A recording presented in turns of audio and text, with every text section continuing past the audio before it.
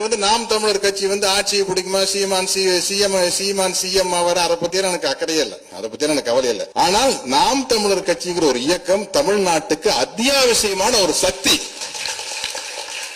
மணிவண்ணன் சொன்ன மாதிரிதான், நான் எந்த அரசியல் கட்சியை சார்ந்தவன் இல்லை, எந்த அரசியல் கட்சியில சேரவும் போறதில்லை, அரசியல் நம்மளுக்கு சரிப்பட்டு வராது, என்னுடைய சுபாவத்துக்கு அது ஒத்து வராது.